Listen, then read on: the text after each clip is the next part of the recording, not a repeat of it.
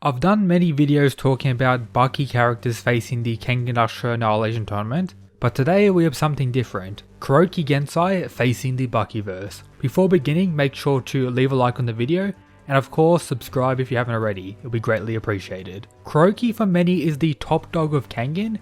In Kengan Ashura, I think most people agree he's the strongest. In Omega it's debatable, but still Kuroki is around the top. His character profile from the author even says the following. I decided to prioritize the sense of this tournament being one where the strongest man wins, and he ended up winning the whole thing. So yeah, Kuroki is indeed the strongest in Ashura. But how high could the almighty beard reach in Baki? Let's go over the insanity of the Devil Lance. On a side note, in the Baki x Kengan crossover, we see Kuroki and Yujiro on the same page, and the next saying the following. Kuroki is just like him, of course referring to Yujiro. This isn't by any means canon, but something cool to mention. And do you know what else is cool? The sponsor of today's video, Surfshark, a fast and easy to use VPN that provides a large variety of features. My personal favourite is getting access to more streaming entertainment, like Netflix libraries from other countries. Did you know Netflix Japan has tons more anime and even weekly releasing series on it, which of course you can connect to and gain access with this VPN. You can enter code MYSTERIOUS for an 83% discount, with Surfshark even providing a 30-day money-back guarantee. On top of all that, you get 3 extra months for free. Check it out, linked at the top of the description. Now, back to the video. The major feats and abilities of Kuroki to properly gauge his power for this crossover will be outlined now. His martial art is the K1 style, which gives him durability negation with piercing attacks, as his fingers and toes are trained to such a degree he can pierce solid steel with them, meaning he can in fact deal major damage to most characters in the Bakiverse.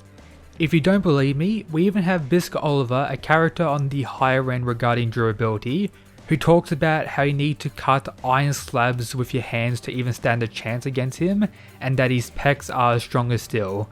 Of course, steel is harder than iron. Kuroki Gensai may very well be able to cut through Oliver's muscles. Another major factor to consider is his speed, or ways to deal with fast characters. Of course, Kuroki has those. In Kengan, we have an ability known as Foresight, and the apex of this ability is Pre-Initiative, which recently got confirmed in Kengan Omega. Let me explain these first and what they provide. Take note, Kuroki can use everything I mention. Foresight is being able to infer the opponent's next move from subtle motions, like their breathing or eye lines. This can then be used to discern the moment the opponent is about to attack and move immediately before them. 2 other forms and Pre-Initiative, which is reading your opponent's inception of intent and striking before they move, or dodging before the attack was thrown. But to what degree can Kuroki use this? Doing this at close range to deal with a bullet? Just a little bit of flexing from our boy Kuroki. Also to clown on Amped Ray, the fastest character in the series. To such a degree, no fighter could actually see him. Ray's speed in this fight can be argued somewhere between hypersonic plus and massively hypersonic. This is all depending on what you consider, for example the Justice Boy scale here, or Ray possibly being the speed of lightning. It all depends how you argue it or what you consider as the reality. Regardless of which side you take, this will allow Kuroki to keep up with most major fighters in the Bakiverse, with Kuroki even chilling in his fight against Ray. For his durability, he's able to bind broken bones and fingers of course. Kano compares striking Kuroki to striking a boulder. This is of course when Kuroki is using his defensive stance. Also, his hand just survives a Demon's Bane and Dragon Shot in the same day, 2 of the most powerful attacks in the whole series of Kengan. On top of all that, my dude really just stood in fire for 3 days. Why? Why not? Of course, he's very skilled and knowledgeable, but those are the main things to mention for this video.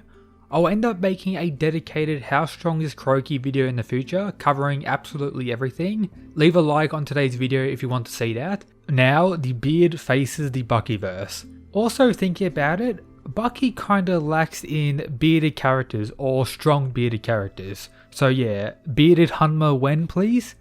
But yeah, this is the tier list I made for the sake of this video. So in here, Kuroki is more likely to win. Of course, there's arguments for example, Katsumi, Retsu, Goki, Doppo in actually defeating Kuroki, but Buckyverse has something similar to pre-initiative, which is kind of implied to be like reading minds or something like that. If you break it down at a base level, it's pretty much pre-initiative, but not many characters have been implied to have it. We know for sure that Miyamoto, Baki, and Yujiro have it. Potentially Doppo, as he was the one who initially explained it, but it's like question marks around that. Even though it is over 1,000 chapters of Baki, the overall speed feast for a lot of these characters in Kuroki is more likely to win are kinda slacking. Like, of course we have Katsumi's Mach Punch, but if you consider the Ray scale, Kuroki should be able to deal with that using his pre-initiative. So yeah, I think he has the ability to damage all these fighters, he has the speed requirements to keep up or at least be able to deal with them. So now it's depending on the circumstance where they fight, but I think it's pretty safe to say Kuroki has a better argument for winning against most of these fighters. Now onto the either way category. So of course Hanayama and Oliver are physically stronger than Kuroki, but the fighting style of these two characters will allow Kuroki to potentially defeat both of them. We already have the understanding that Kuroki should be able to damage both of them and potentially one-shot kill Hanayama if he's just standing there waiting for Kuroki to attack with his Devil Lance. You may be saying, why are these characters in either way regarding some characters in Kuroki more likely losers? Again, it comes down to their fighting style and how easily Kuroki can kinda abuse that compared to other characters. So yeah, either way for these two, this really depends which side you argue for and how you argue for it. So the next tier, Kuroki is more likely to lose, could win. So again, should have the means and the ability to defeat or kill any of these four characters, but based on where they currently scale regarding the broader Buckyverse, they're probably a little bit too overwhelming for someone like Kuroki and probably more likely defeat him.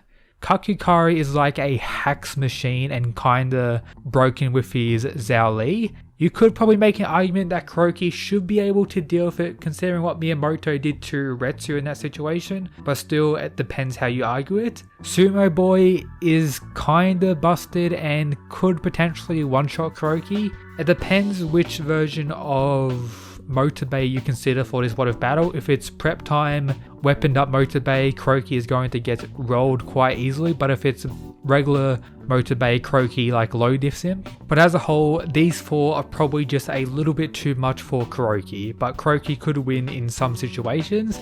And then at the top, the characters Kuroki just loses against. I have dedicated how strong videos for these 5 characters and the 2 extra one here which are like gods of the verse, but these 5 had dedicated videos, so if you haven't checked those out, please do. They'll explain everything where I won't need to go into major detail here, but all these people should be too overwhelming. Pickle's durability, able to deal with Miyamoto with his sword, is crazy. He's also one-shot abilities on someone like Kuroki. Miyamoto way too much, and Baki and Yujiro hacks, speedy, broken, strong machines. And even the people at the top here kinda low diff everyone else below them. That's how broken they are in like the broader Buckyverse perspective. You could probably make a solid argument that Kuroki getting transported into the Buckyverse could very well be in the top 10 strongest, which is pretty cool to think about. So yeah, Kuroki is absolutely beastly, and his beard of course is rank 1.